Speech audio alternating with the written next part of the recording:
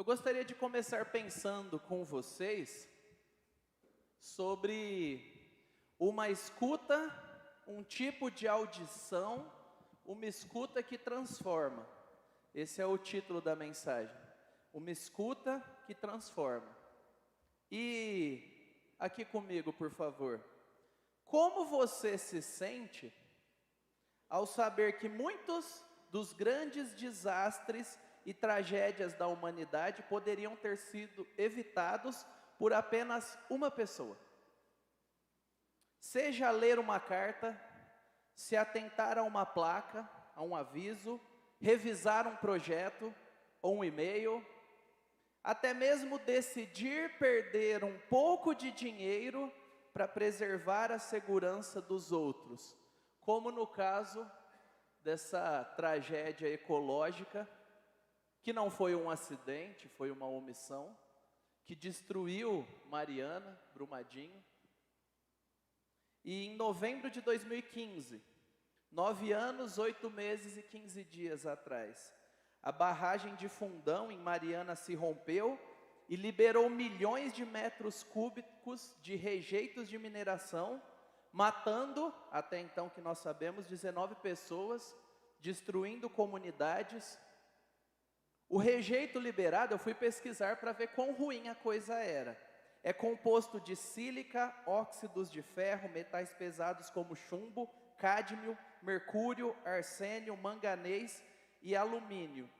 Isso daqui é cancerígeno a ponto de você nem precisar saber muito para saber que a coisa foi feia.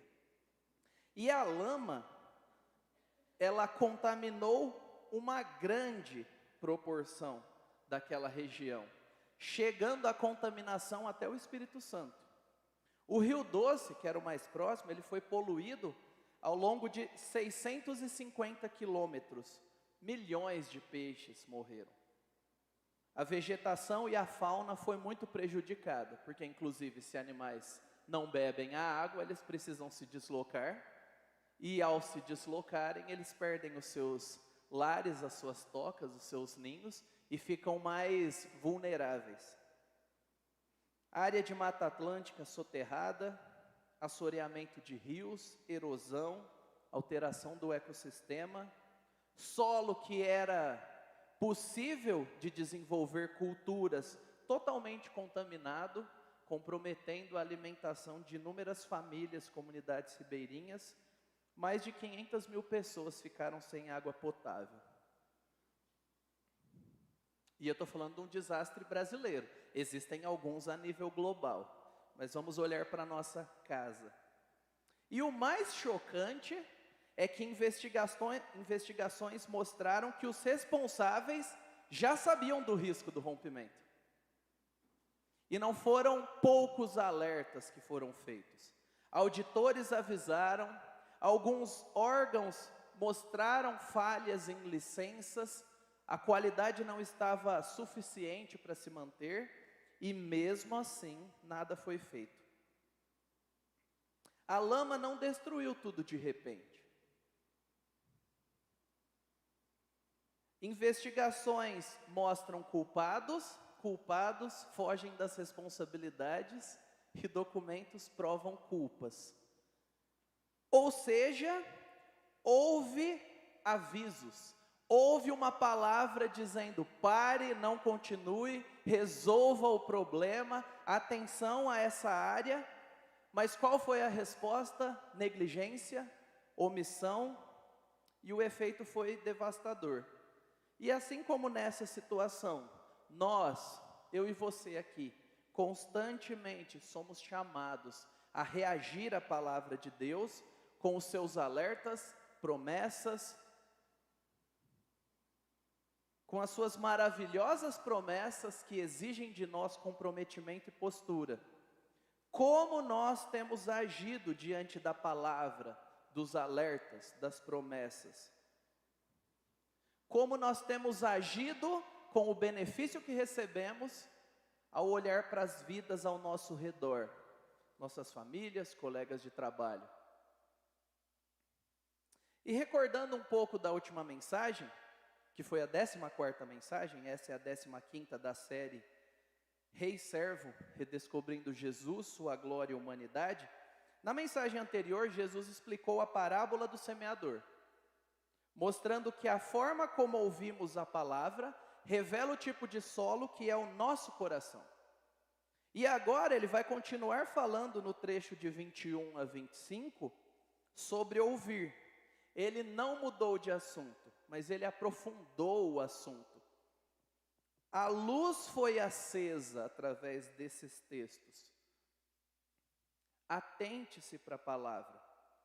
Dito isso, eu gostaria de te convidar a orar, te convidar a se posicionar diante de Deus antes da leitura da palavra, para pedir a Ele que a palavra tenha impacto na sua vida, transforme a sua mente e coração, e pedir que ore por mim também, que vou estar aqui pregando. Vamos fazer isso agora?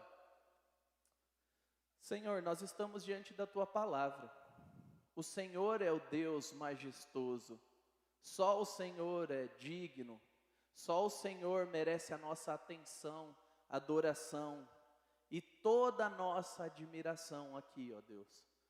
Ó Deus Trino, Pai, Filho e Espírito, cative-nos, conquiste as nossas mentes, os nossos afetos, a nossa atenção, para que a Tua palavra nos transforme.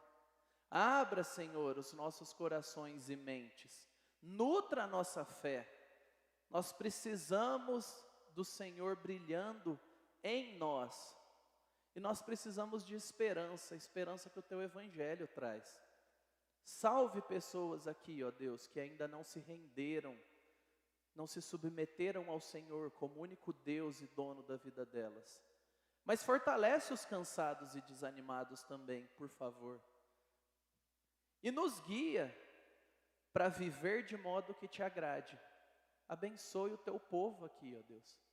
E eu peço por mim, para que eu seja um instrumento capaz de comunicar aquilo que o Senhor quer. Que eu não atrapalhe aquilo que o Senhor quer falar aos meus irmãos aqui. Que eu seja um servo útil por causa do Senhor e não por nada que há em mim. E nós dependemos de Ti, ó Espírito Santo, que está em nós e que move a Tua igreja. Fale conosco, em nome de Jesus. Amém. Marcos 4, versículos de 21 a 25, eu vou ler na minha versão, NAA, você pode acompanhar na sua. Leia com fé, leia com atenção a palavra de Deus. Diz assim: Jesus também lhes disse: será que alguém traz uma lamparina para que seja colocada debaixo de um cesto ou da cama?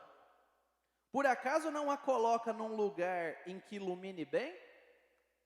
Porque não há nada oculto, senão para ser manifesto, e nada escondido, senão para ser revelado. Se alguém tem ouvidos para ouvir, ouça. Versículos 24. Então lhes disse: prestem bem atenção no que vocês ouvem. Com a medida com que tiverem medido, vocês serão medidos, e mais ainda lhes será acrescentado. Pois ao que tem, mais será dado, e ao que não tem, até o que tem, lhe será tirado.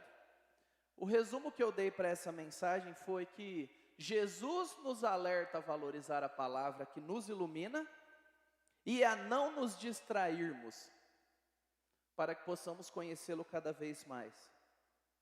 Você aqui, discípulo de Cristo, Jesus te alerta e me alerta a valorizar a palavra que nos ilumina e a não nos distrairmos, para que possamos conhecê-lo cada vez mais. E é importante resgatar, o contexto. Aqui Jesus está contando uma série de parábolas, e eu já expus para vocês o começo do capítulo 4, a parábola do semeador, e então é dito nos versículos 10 e 11 que Jesus fica sós com os seus discípulos, e aí ele começa a explicar. Então eu entendo, à luz desse texto, que o que está no versículo 21 a 25 é Jesus falando com os seus discípulos. Então ele está explicando para esses discípulos coisas com um nível de profundidade a mais do que ele tinha falado para toda a multidão. E agora ele vai ampliar aquela imagem que ele tinha criado de ouvir a palavra de Deus.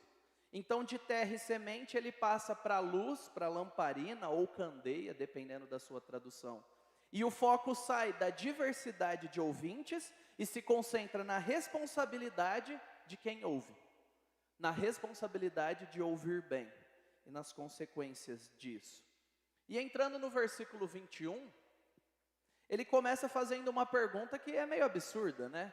Será que alguém traz uma lamparina para que seja colocada debaixo de um cesto ou da cama? Não, isso não era uma prática judaica do primeiro século que não fazia sentido.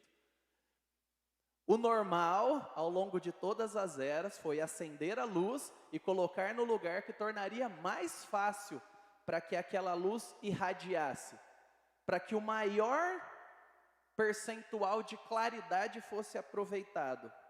Então, era um objeto provavelmente de barro, que qualquer casa simples tinha pelo menos uma.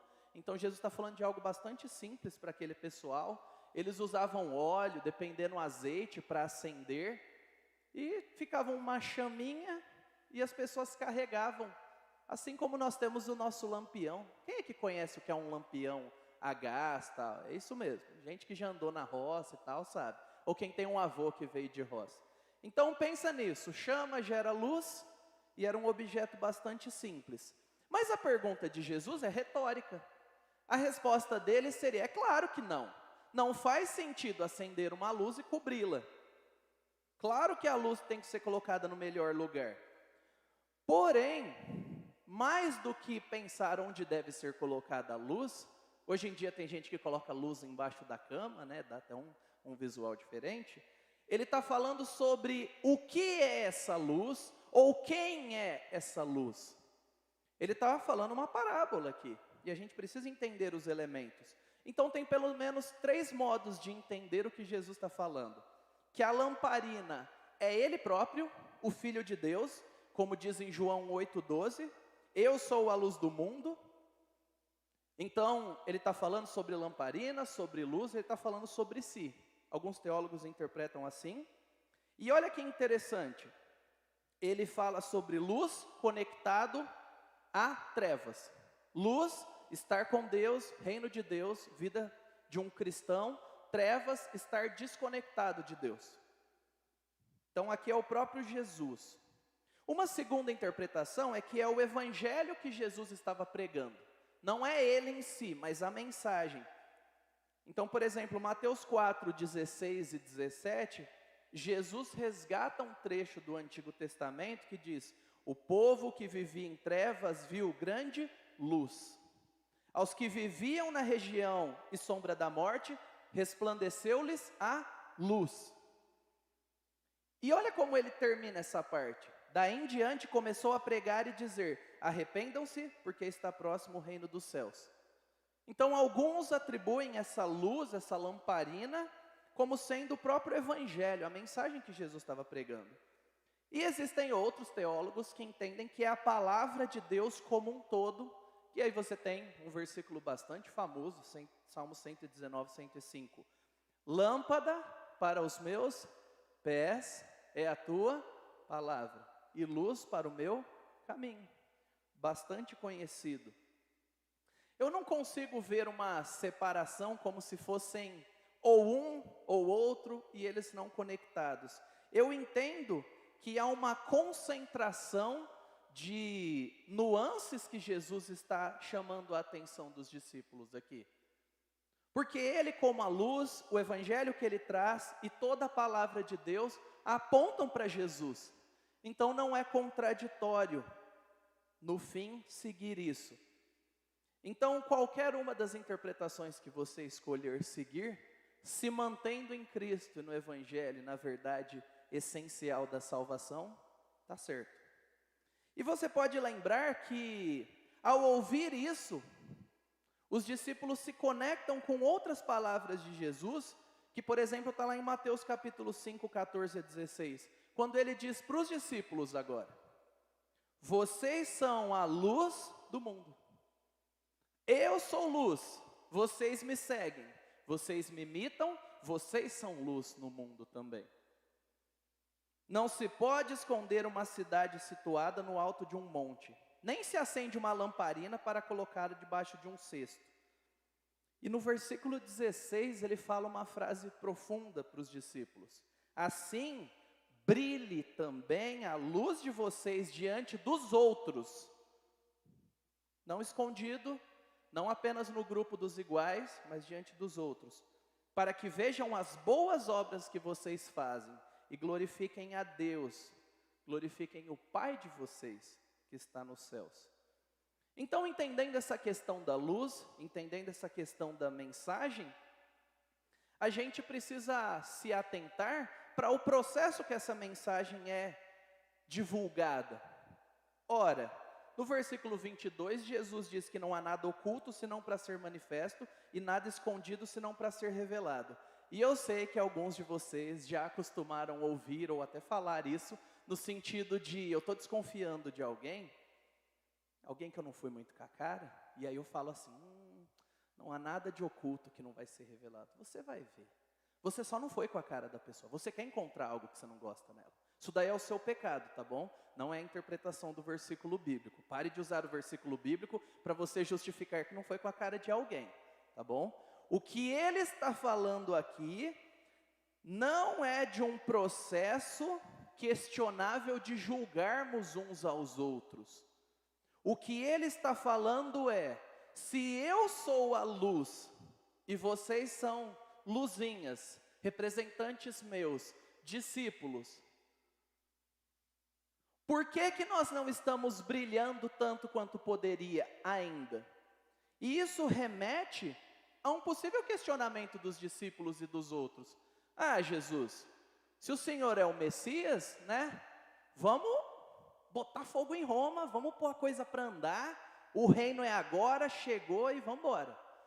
E aí Jesus, não, ainda não, espere, eu vou vir como rei conquistador, mas ainda não.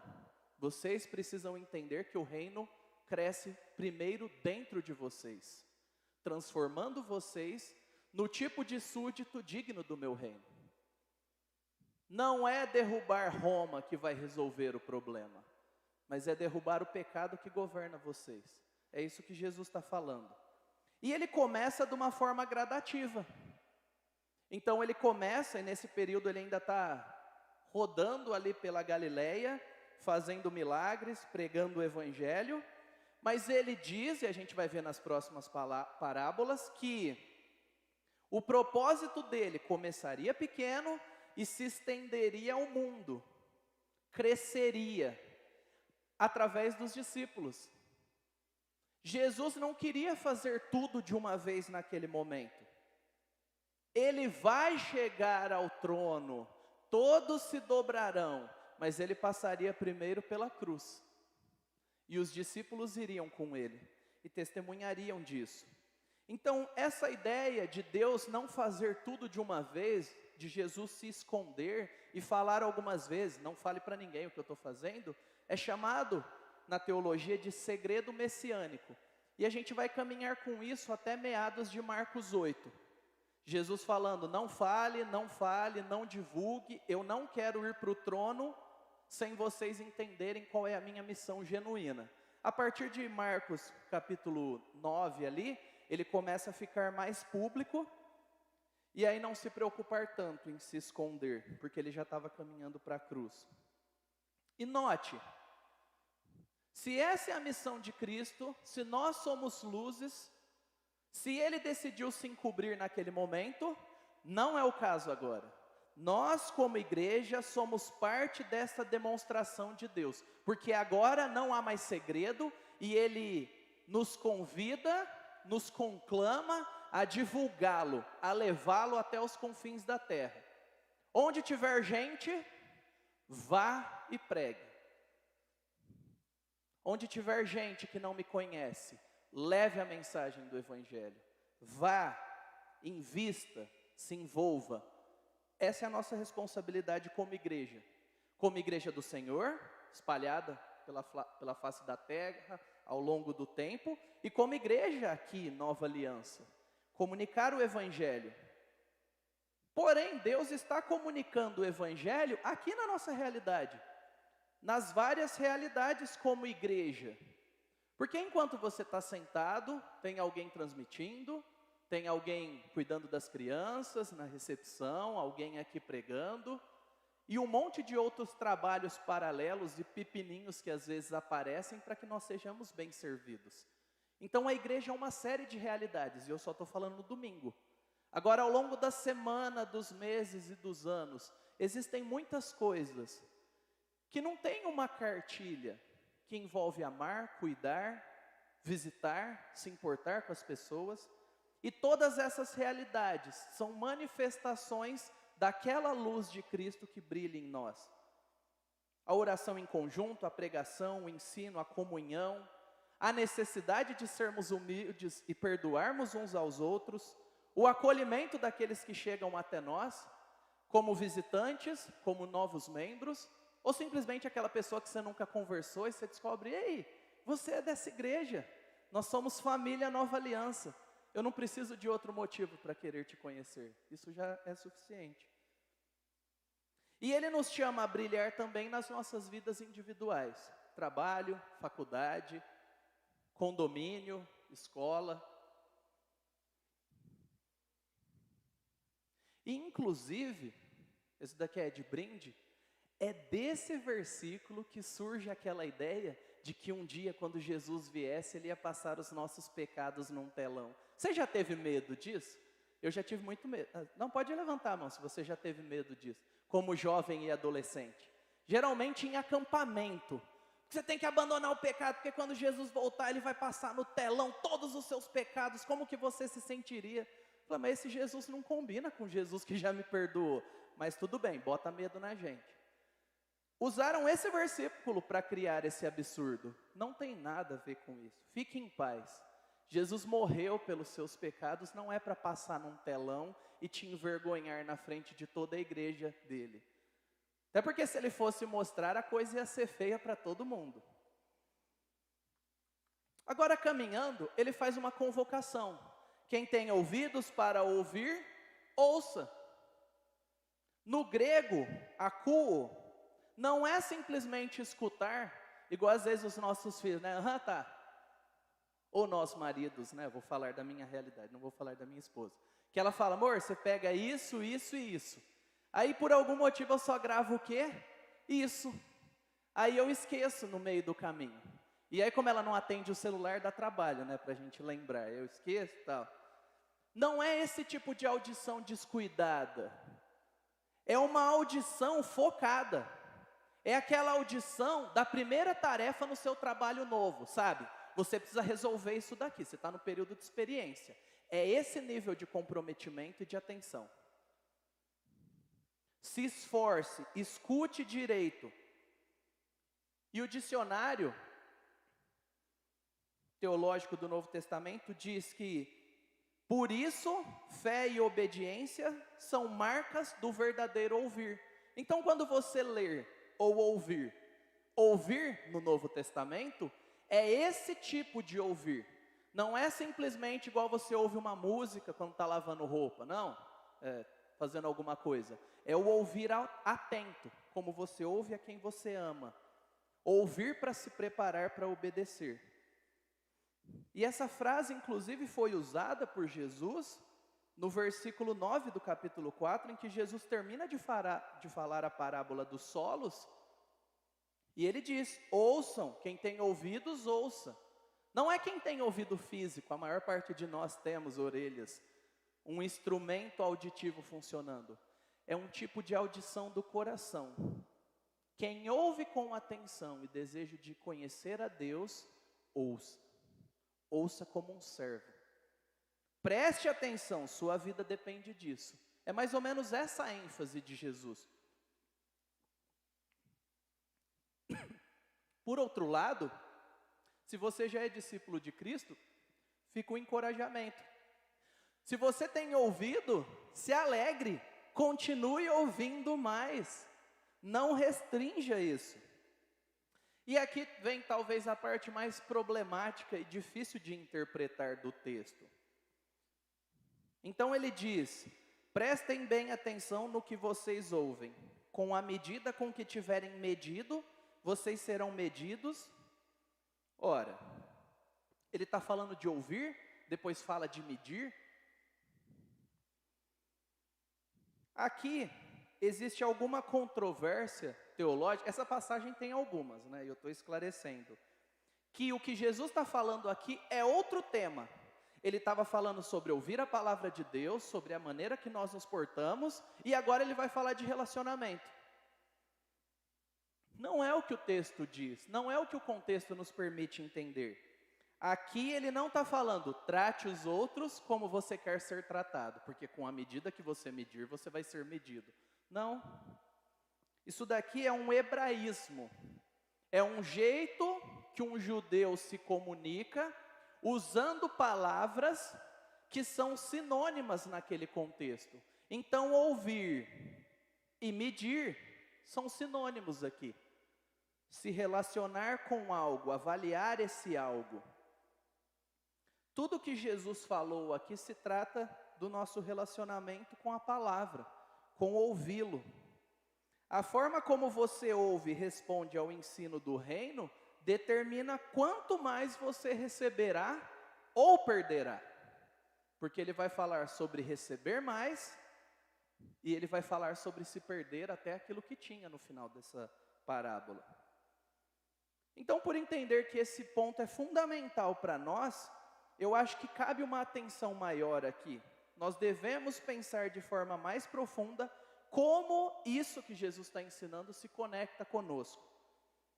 E existem pelo menos duas posturas, duas formas de ouvir a palavra erradas. Como o cristão nominal ouve. O cristão nominal é aquele que vive na igreja, talvez é membro, está aqui há anos, gosta do movimento, pode ter crescido na igreja, vem com até frequência. Ele até tem boas amizades aqui, mas até onde não se exija nada. Até onde não exigir nenhum tipo de mudança. Quando chega no ponto da mudança, ele procura outra igreja. Ele arruma um motivo. Ele não quer responsabilidade, uma nova onda, uma nova experiência, um novo momento. E nesses corações, a busca é por experiências confortáveis, fofinhas, ser bem servido. Não é um relacionamento com Deus o ponto importante. É aquilo que eu posso extrair da experiência de culto, ou alguns dizem, né, da atmosfera de adoração. Aonde eu vou, eu pago a minha mensalidade, chamada de dízimo, eu deixo o meu filho no espaço Kids, para nada atrapalhar, e aí eu venho ouvir coisas que me façam bem, para eu poder enfrentar os meus dilemas. E se você está sendo direcionado pelo Espírito ao longo do tempo que você está aqui, e esse é o seu caso, se arrependa. Pare de viver assim. Peça a Deus que te dê fome por Ele, pela palavra. Peça a Ele que te dê desejo de amá-lo profundamente, a ponto de se submeter, de aprender dele para colocar em prática. Ouvir a verdade é um dos principais meios para a graça divina ser proporcionada à alma do ser humano. A fé é pelo ouvir, como diz Romanos 10:17. Um dos primeiros passos na direção da conversão consiste em receber do Espírito Santo um ouvido disposto a ouvir. Esse quem tem ouvidos para ouvir, ouça, é só o Espírito que pode dar. E se o Espírito tem falado ao seu coração, e você chegou à conclusão de que nunca nasceu de novo, nunca teve real interesse por Deus, você só foi no modo automático, herdado pelos seus pais, o contexto dos seus amigos, pare e pense. Esse Deus é o meu Deus, ou é um Deus com quem eu convivo? Eu estou ficando com Jesus, ou eu amo Jesus e sou um seguidor dele? Esse é um questionamento para nós fazermos. Mas se você tem convicção de que já é um cristão, já nasceu de novo, mas você tem se tornado um cristão distraído, e existem muitas distrações, e muitas distrações legais para nós hoje. Isso é o que eu chamo de modo de sobrevivência. Somos nós, cristãos, que decidimos ligar o stand-by espiritual. É quando começa a se pautar pelo mínimo de dedicação. Eu posso ser cristão sem orar tanto, sem ler a Bíblia toda semana, nenhuma semana, nenhum dia. Ler a Bíblia? Que Bíblia? Sem ouvir a palavra pregada ou ensinada no grupo pequeno, nas aulas, sem participar da ceia do Senhor com os meus irmãos, sem servir em algum ministério ou nas oportunidades que a própria vida da igreja dá. Você ouve sobre uma necessidade, não é comigo, alguém vai resolver. Sem ter comunhão no GP, na celebração coletiva, e muito menos amizades reais. Gente para dentro da sua agenda, da sua casa, da sua vida. Esse é o modo mínimo. Significa basicamente, qual é o mínimo de obediência que eu preciso ter para receber os benefícios de Deus e ter paz? Isso é um risco para muitos de nós. Ou ser pautado pelo aspecto, em outro quesito, do máximo. Qual é o máximo de idolatrias que eu posso ter sem ser considerado um incrédulo? Valorizar aquilo que eu considero importante, que pode ser o meu trabalho, 12, 15, 18 horas. Qual o máximo que eu posso me dedicar a uma coisa que eu considero importante e ser considerado, tá tudo ok, eu sou um cristão normal. O resto não é importante, porque eu estou vivendo pelo que é importante. Ou o máximo de tempo que eu posso ficar sem vir às celebrações coletivas, sem falar com os meus irmãos. Ou qual o máximo de inveja que eu posso ter no meu coração, de quem é bem sucedido, sem parecer que eu não sou um cristão de verdade. Ou qual o máximo de bem-estar que eu posso trazer para mim mesmo, sem me preocupar com os outros, mas no fundo achar que está tudo bem com Deus. Afinal, cada um por si, Deus por todos. Eu tenho que cuidar do meu, de mim. Qual o máximo de álcool que eu posso consumir sem cair em pecado? O máximo de palavrões que eu posso falar? Muitos de nós pautamos a nossa vida pelo máximo de pecado que podemos manter, antes de Deus vir e nos disciplinar. E isso são distrações, irmãos, para mim e para você.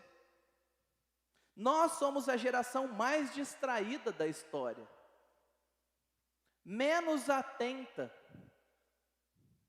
E eu não estou sendo um profeta do caos, telas, coisa do demônio, não. Mas o mundo virtual nos desconecta da realidade. E nós estamos nos desumanizando e nos virtualizando e comprando a imagem de que nós somos o que as nossas redes sociais e os nossos filtros passam. E existem muitos benefícios das telas e das tecnologias. Eu amo tecnologia.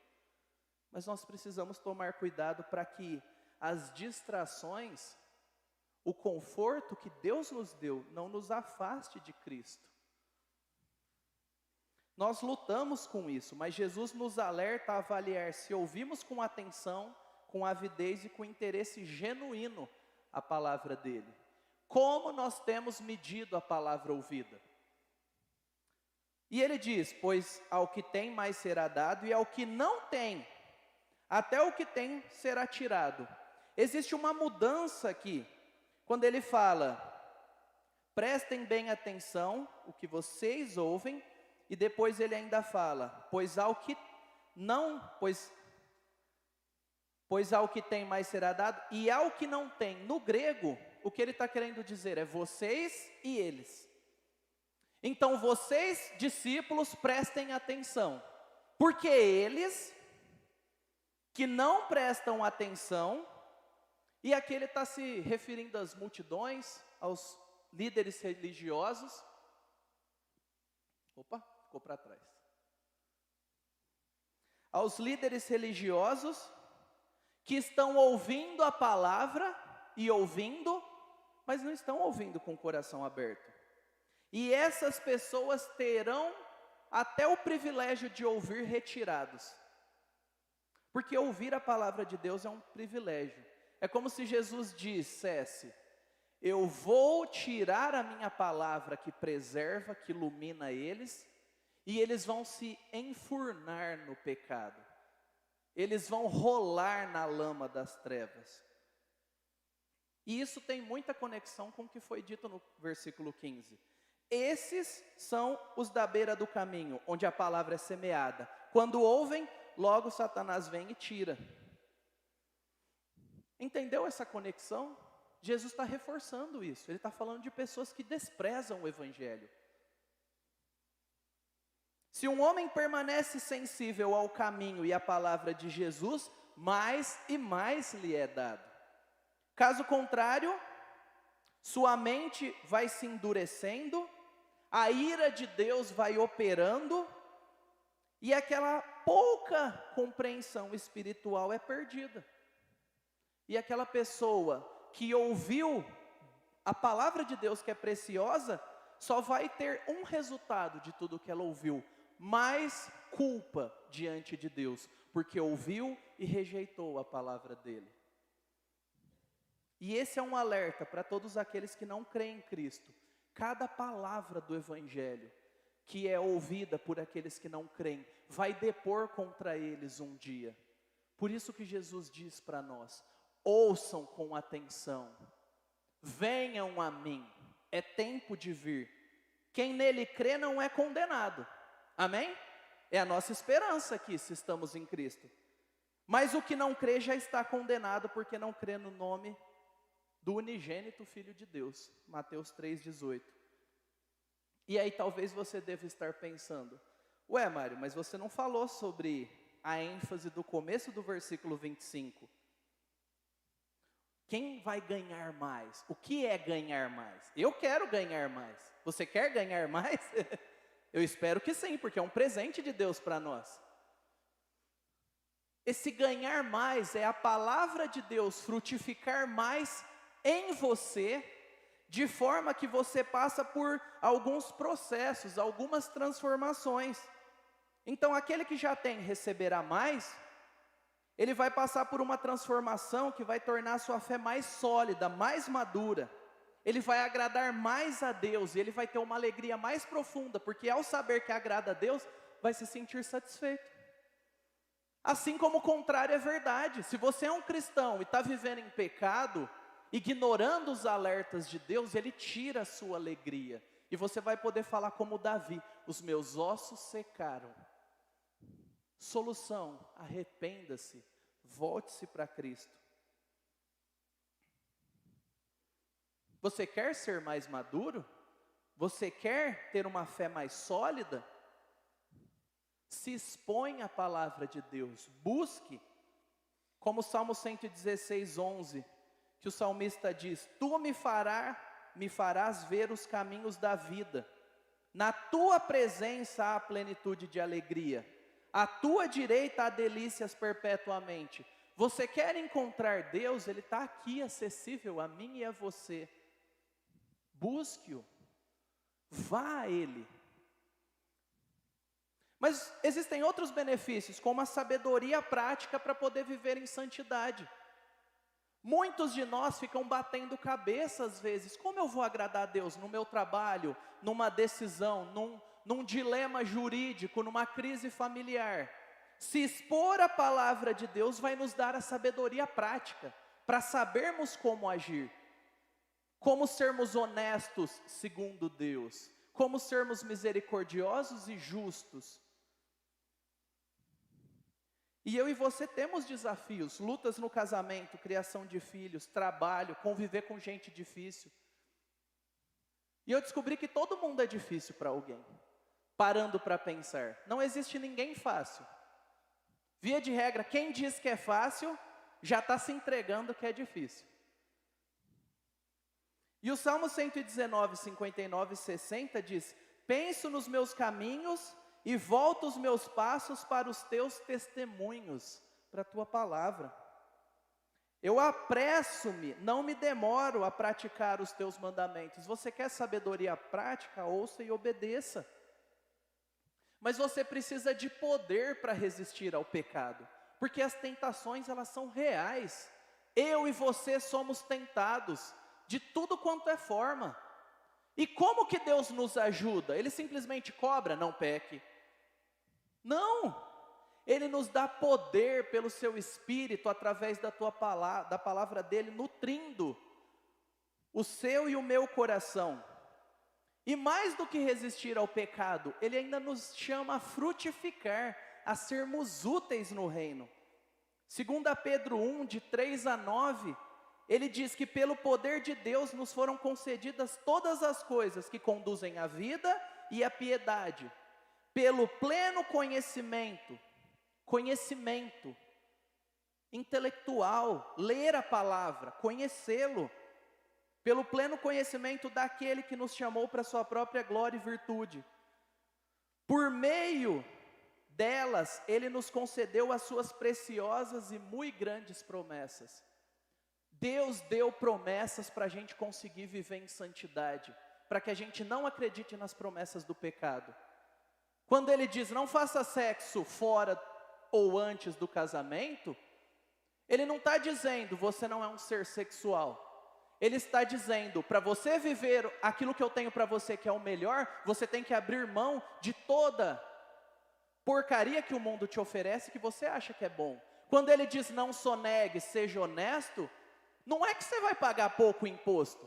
A gente está no Brasil. Mas você vai ter paz e Deus vai te abençoar. Fale a verdade, não minta, não fofoque.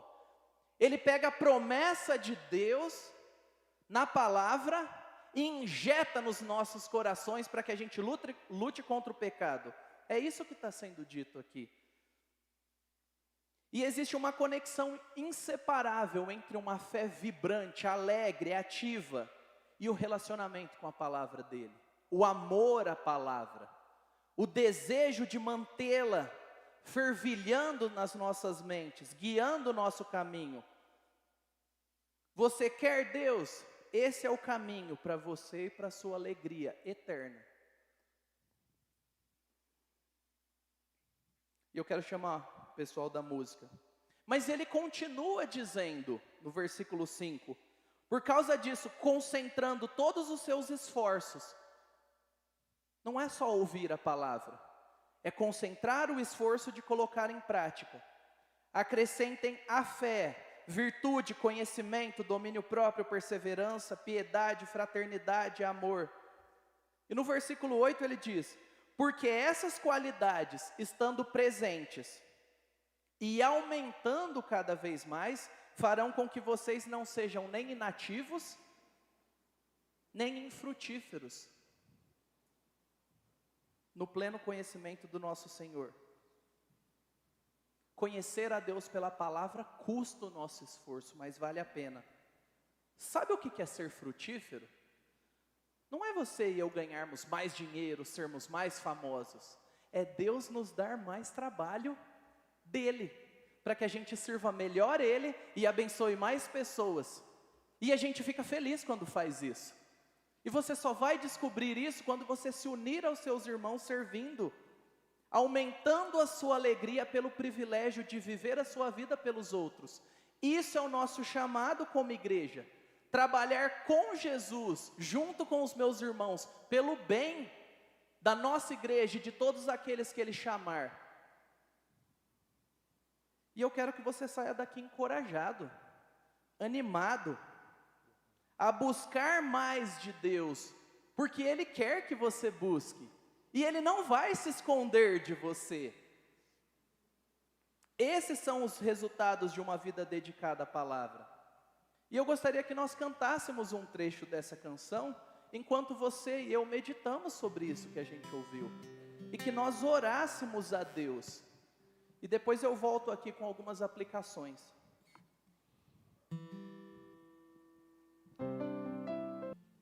E o que a gente faz com isso tudo? Como que a gente vai embora? E o que a gente pode pensar e aplicar? Primeiro, uma pergunta. Você tem escondido deliberadamente, por medo, por vergonha, a luz do Evangelho que deve brilhar em você e a partir de você? A luz do reino de Deus não foi dada para nós mantê-la, para nós manter ela em segredo. Nós mantermos-a em segredo. Agora sim. Você não é apenas um guardião da verdade, que você pega a verdade, protege ela e fere todo mundo que parece ameaçar. Não é isso. Nós somos como testemunhas vivas, falando: eu vi, eu conheço, ele é real. Agora é só contar para os outros. Quem a gente vive, com quem a gente vive? Com Cristo, pela palavra, com o seu povo. E é a Ele que a gente ama. Então a gente tem que falar para os outros. Como diria o Roupa Nova, eu te amo e vou gritar para todo mundo ouvir. É isso que Jesus nos chama a fazer, amá-lo e comunicar. Mas você tem tratado a palavra com seriedade? Deus promete nos tratar segundo nós tratamos aquilo que nós temos ouvido da palavra dele. Inclusive, se temos evitado ouvir, fugido da palavra dele, isso terá consequências. Se nós valorizamos pouco a palavra, nós nos veremos fracos, temerosos, covardes diante dos desafios da vida. E eles virão. O diagnóstico que dá medo, a crise no trabalho, o filho que traz dúvidas sobre a própria fé. Só alicerçados na palavra nós conseguimos ter de onde tirar, porque a vida é difícil e ela exige muito de nós, e a gente precisa muito de Jesus, não só um pouquinho. E você tem ouvido com atenção e reverência, ou cheio de distrações? Ouvir aqui é mais do que captar som, é ouvir e obedecer. Aqui é uma escuta que transforma.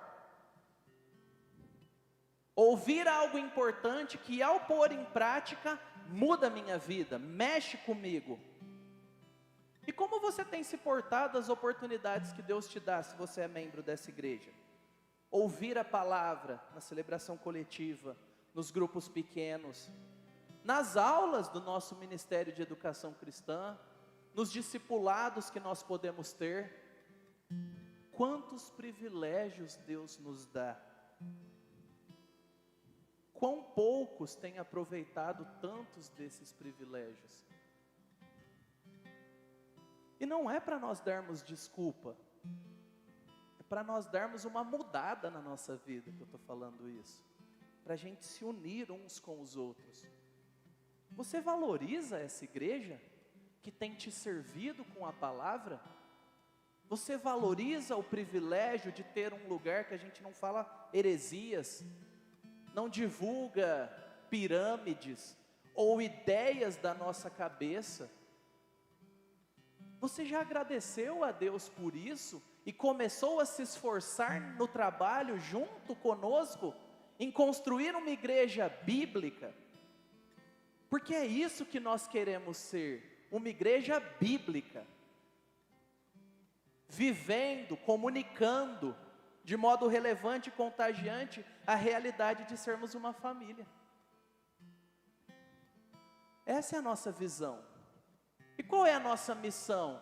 Glorificar a Deus, Deus em primeiro lugar. Agradar a Deus, reconciliando através do Evangelho e aperfeiçoando, nos tornando mais úteis. Você valoriza isso? Não é só para quem está chegando agora, é para você que está aqui. Valorize isso. Eu tive o privilégio de estar numa pequena igreja esse final de semana, e eu tive que pregar, não pude fugir do convite. E olhando a escassez de pessoas, de estrutura, como faz amar a nossa igreja? Como é bom a nossa igreja estar aqui reunida. Desfrute disso. Ame isso. Louve a Deus por isso. Ame a Deus ao amar essa igreja. Jesus nos alerta a valorizar a palavra que nos ilumina, ao não nos distrairmos, para que possamos conhecê-lo cada vez mais. Conheça Jesus. Não postergue, não deixe para depois. Vamos orar? Senhor, nós precisamos de Ti. Ajude-nos, ó Deus. Abra os nossos olhos para a Tua palavra. Cative-nos. Nos segure, nos amarre a Ti. Como a Tua palavra diz, sobre os Seus laços de amor. A Tua palavra é vida abundante para nós. Não nos deixe viver na tolice de desprezá-la. E derrama do Teu amor, ó Espírito Santo, sobre nós, sobre Teu povo.